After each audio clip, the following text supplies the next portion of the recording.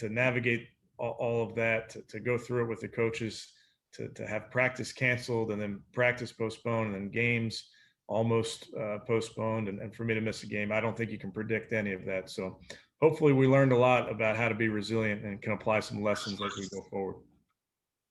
This organization, as you know, Coach, has been through so much over the last several decades. How have you changed the culture? I don't want to use the word culture, but how have you changed it since coming over? Yeah, Keyshawn, it's one of those things that we really didn't talk about the past because it didn't apply to us this past season. And I understand the history. I'm well aware of what had happened prior, but I also understood that that wasn't going to affect us. And I know, and you know this, when you're in the building, you get insulated in a lot of ways to what's going on the outside. So we focused, when we were in this building, we focused on the things that we could control, tried to take it one day at a time, one game at a time, if you will, and that seemed to serve us. But I don't think it's something that we had to discuss quite a bit about the past, because really the past didn't affect us in the present. Kevin, there are so many expectations about Baker Mayfield coming into this season, but what impressed you most about him, especially the second half of the season? Yeah, I think how he grew, and I think he's a great example for our team. How you have to grow as a player, you have to keep getting better, you have to push yourself. And I think for him early in this season, which we understood and figured was going to happen, without a preseason, without an off season and a brand new system, you're going to have to evolve and learn about yourself. So I think he got more comfortable with what we were doing as he just got reps and reps and reps. And one of the things I love about Baker is how he works. He's a gym rat. He grinds. He wants to be great, and he understands that there's no secret and you can't snap your fingers and it just happens. So I think the maturation of Baker throughout the season and the way he kept getting better in what we were doing, I think was a great example to all of our players that this game, it requires a lot of you, and you better put in the work if you ultimately want to get to where we want to go. Coach, you and the organization obviously have a huge decision this offseason with Baker Mayfield and the extension. What's your timetable for potentially getting this extension done? Yeah, I'm lucky in that I have a really good general manager that gets to worry about those things. But I will tell you, I mean, obviously, Andrew and I talk about all of our players and all of these things, but I'll just tell you that all of these decisions, it's a business, but things take care of themselves. It works itself out, and we're just going to focus, or at least I'm going to focus on the day-to-day. And as it applies to Baker, I know he's going to do the same. Coach, we're here in the offseason, and you know how it goes. You get a lot of conversation swirling around, polarizing players, and you got one in your locker room in OBJ. How's his rehab going, and what's his future with the organization? Yeah, he's doing great, Key. He's working really hard.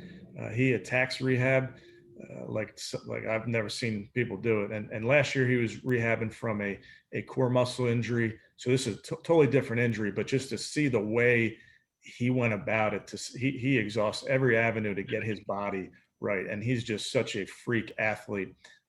It's just amazing to me the process he goes through. So he's working really, really hard, which should surprise no one. I think he's in a great spot, and I'm excited to get him back here. Coach, when you look at spending money at our position, you got two great guys in Landry and OBJ. Are you going to be able to keep both of those guys when they're eating up so much of the salary cap because of the economics? And I know you said Andrew Berry handles things, but how are you guys going to handle this situation? I think we can. Yeah. I think you don't want to be so dogmatic about it and say, all right, we have to have this number of receivers and this number of tight ends and this running back. I think you go with what you have and you make sure that you're putting yourself in position to field a competitive roster for a bunch of years moving forward. So, yeah, I think we're in a good spot. The easy part to say is, hey, just give us more players. We want, give us 3 more great players on the offensive side and give us, 3 players on the defensive side. And we're going to spend this amount on each guy. I think we have a plan. We'll follow through with that plan, but ultimately as coaches, we'll make it work with whatever we go to. And I say that because sometimes you have a season. I've been a part of some teams in the past where you had 4 great receivers, so you molded your offense to that, or you had 3 great tight ends and you molded your offense to that. So that's our job as coaches, to take what we have in our roster and make sure we're maximizing everybody's talents. Coach, you've been around a lot of great running backs in your day. How does Nick Chubb compare to some of the ones that you've seen? Yeah, he's pretty special. The way, just from a physical standpoint, how he is able to be a home run threat at his size and having that power, that's pretty rare for a guy. I'll also tell you, everything that you love about Nick, you could start with just off the field. He doesn't say much. When he does speak, his teammates listen.